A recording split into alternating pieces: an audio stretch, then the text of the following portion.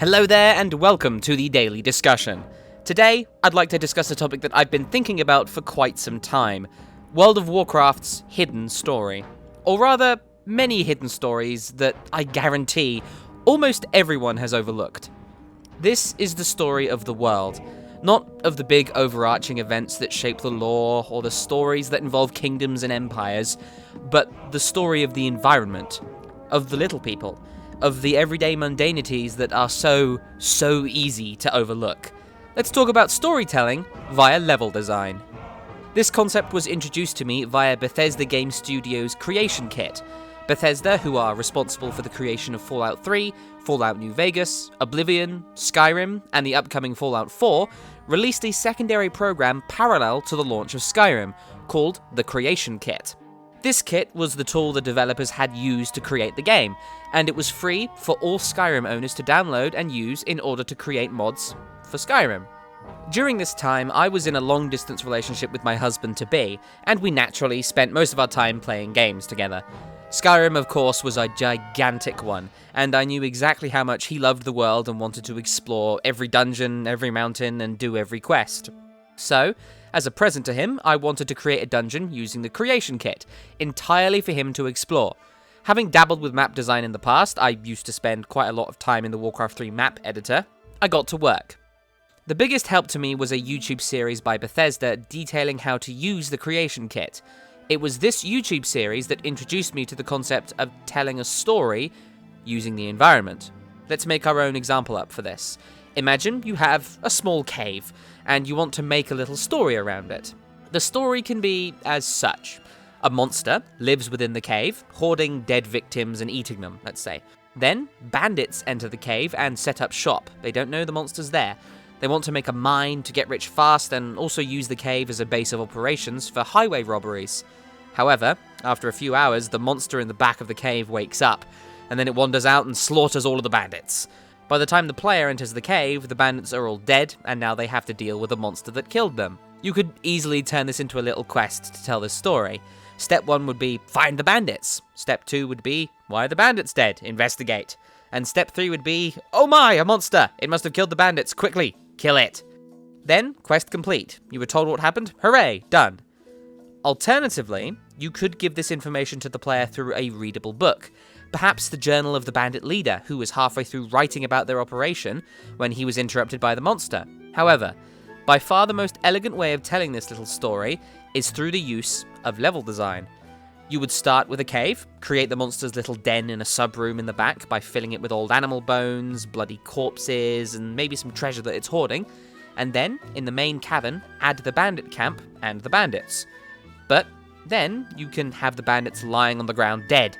You can splatter blood over their sleeping mats, scatter their drinks and supplies over the room, and place the monster wandering throughout the place, searching for new treasure for its hoard. Then, as soon as the player enters, they see the story right in front of them. Bandits everywhere, dead and slaughtered, and the monster responsible picking through their belongings. This has told the story without uttering a single word, and it lets the player figure out on their own how everything went down. That's just the basic example of storytelling via level design, and there are hundreds of little techniques a designer can use to tell a story to the player without using words. World of Warcraft, especially recently, has done this a lot, and I think it's a real shame that not many players will have noticed this. I don't mean the rather obvious stories told via level design like, say, the hidden secret skeleton in Hellfire Peninsula, or the many memorials and shrines around the world, but I'm talking about smaller details. Details that on the surface may not seem like much, just window dressing. But if you just stop and think, you can start to figure out what the designer's intended to tell you, and it can get quite engrossing. Let's Sherlock Holmes it, shall we? Warlords of Draenor is chock full of examples of this kind of storytelling, so let's go over a few examples. Nagrand is a great place to start, and we'll begin by looking around the entrance to the zone.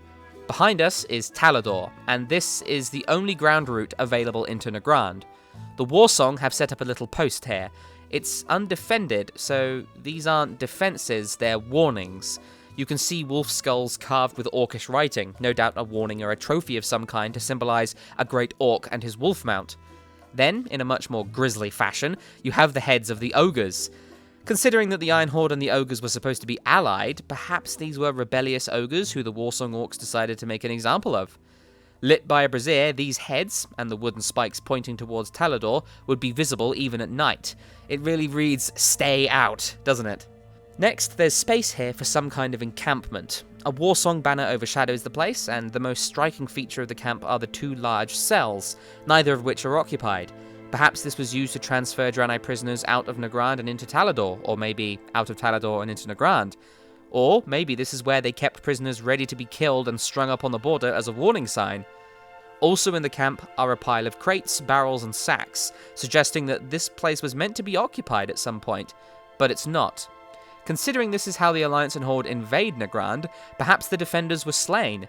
If so, where are the signs of struggle? Perhaps then they fled when they saw enemy forces incoming and went to warn their clan.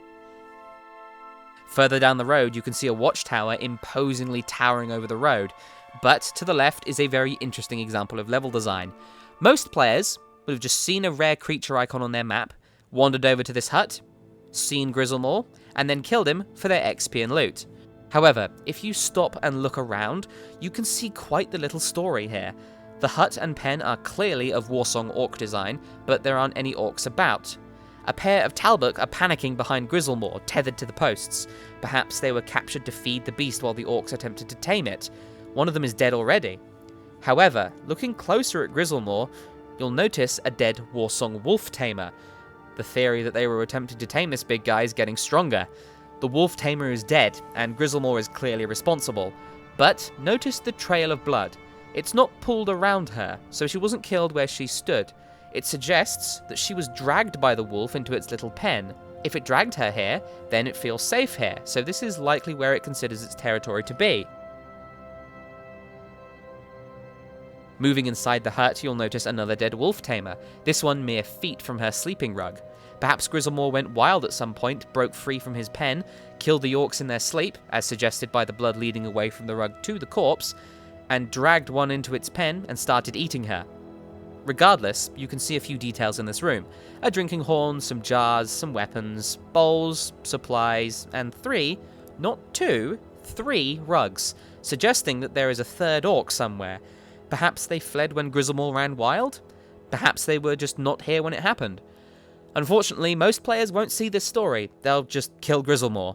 What's funny is that when he gets low health, he actually jumps over to one of the Talbuk and starts eating them to heal himself, which only lends further credence to the idea that he lived here, and that those Talbuk were originally for him to eat. Next, let's look at Talar, also in Nagrand. This is a Draenei town that is under Warsong occupation, but you can discover quite a bit about the Draenei that lived here through looking at their homes. Making our way into the first house, we'll quickly notice the dead Rangari outside, no doubt trying to defend her home. Within, we can see that this house isn't really all that ruined. It's a home for a single parent and their child, and they were about to celebrate a birthday. On the left, we can see two beds with several details around them. Scrolls and a jug full of crystals, perhaps used in day-to-day life, are placed neatly nearby, perhaps as bedtime reading. The crystals may have been to illuminate the text. Next, we have some cushions for sitting on. Perhaps this is where the parents sat to read. Their bed is large with a single book on it, again suggesting that they like to read. There's only a single pillow here. If there were two parents, there would be two pillows, one for each, so there's only a single parent. On the smaller child-sized bed is an Elec doll and a small ball, both of which indicate a young child. Nearby are some more crystals, a crate and a locked chest. Perhaps the family fortune. On the shelves are several knickknacks, from lanterns to scrolls to books to jars to some kind of strange machine that's clipping through the world. Perhaps it's an everyday mundane device. Anyway, this is where it gets interesting. Up in the small dining area, there's a single birthday cake with 5 candles upon it. Assuming that Draenei culture is similar to our own, this could mean that the child is 5 years old, which would correlate with the evidence on the bed of a young child. The cutlery is neatly placed, the drink remains sealed, and the cake is untouched, suggesting that Talar was attacked just before they began eating. Finally, as I turned to leave, I noticed one more bookshelf coming in, which further suggests the parent likes to read. There are several scrolls and books here, some ceremonial vases, and another Elec doll on the top shelf, perhaps confiscated, or not to be touched. Some of these books may even belong to the child. Finally, there's a potted plant, further suggesting that this place is just your everyday living quarters. Most people probably won't even notice this stuff, they'll just wander through. Let's go on to our final example now, War Spear. The best place to learn about one's soldiers is in the tavern, so I head there to take a look at some of the level design storytelling. Immediately on the right is a large archery target embedded with axes. No doubt a competition by the orcs, they do like to throw axes and they like to compete. Also on the wall is a scroll of some kind, perhaps acting as a sort of notice board for War Spear's inhabitants. Regardless, right next to the entrance is a large book, along with an inkwell and a quill. Perhaps some kind of sign-in system is in place here to keep track of soldiers that are off duty. On the next table are axes, clearly for the target just above them. This suggests that competitions to see who can throw best are clearly encouraged. Every table here has something going on. Food on plates for the soldiers, one of them is unused, by a goblin catching up with a friend. There's even a small set of crates here, full of sacks, placed right next to the kitchen entrance, perhaps a delivery to be sent downstairs, to be used in the next meal. Tucked in the corner is a pile of lumber, no doubt to be used to fuel the fire in the centre of the tavern. Note the metal grate around the fire to prevent a catastrophe. Next to the fire is a half-eaten leg of meat, perhaps belonging to the nearby lieutenant. The next few tables are full of food, with some freshly cooked ribs still steaming in the air. You can see some sliced bread and the dagger used to slice it, and one of the most ridiculous looking mugs I've ever seen, probably made from the trunk of a small sapling. Next are the kegs, available for all patrons to tap whenever they please. Notice the many fur rugs on the floor to make the patrons more comfortable. The next table has a good selection of cheese, apples and some meat, suggesting that these two trolls like their greens. Also notice Spears, the little dog. He's important. Davy Stabbers clearly eats quite well, with a bunch of grapes and cheese on his table. Behind him is a small drinking horn on the wall, perhaps belonging to a high-ranking soldier.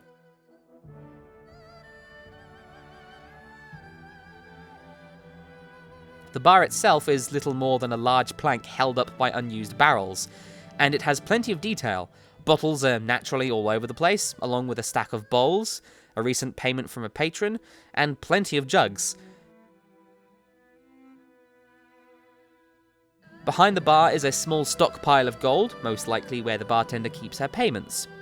There are all kinds of different drinks here, and on the top shelf is a kind of chest, perhaps where she keeps her long-term wealth, or maybe a place to keep a weapon in case of trouble. It might be a touch difficult to reach in an emergency though, so that may not be as likely. Moving downstairs, we can immediately see more detail around the place. More lumber for the fires, and, interestingly, a small Murloc toy and a food bowl for Spears, the little dog I mentioned earlier. Surrounding this is hay, no doubt for him to lie on and use. Nearby is another large ledger, and then a chicken coop with eggs in it. No doubt they keep chickens here for the meals.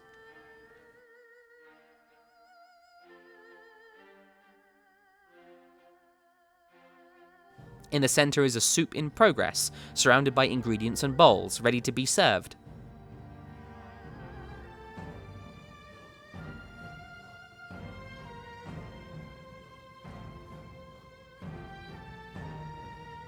On a nearby shelf are barrels of cutlery, neatly divided up. They're out of knives, but no doubt the soldiers won't need them. Also on the top shelf is a mug full of drink, which is a nice little touch. No doubt the kitchen staff just decided, we'll reuse it, it's fine. Next up are a couple of pots. One is full of this nasty green liquid bubbling away. It makes me wonder what this place smells like.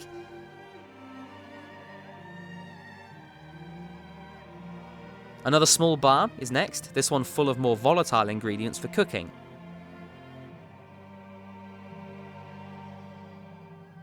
Then, a barrel full of grapes marinating in juice, or perhaps wine. They swirl in little circles, suggesting that the cook has recently stirred them. The cook's station is covered in meat, an orc's essential requirement, all of them upon a slab of hard stone. There's even a jug of water for cleaning here. I was about to turn and leave when I noticed the chickens hanging from the ceiling. Perhaps they got sick, or the kitchen was low on food. Either way, that's quite the untimely demise. So those are just a couple of little examples of how one can tell stories in level design.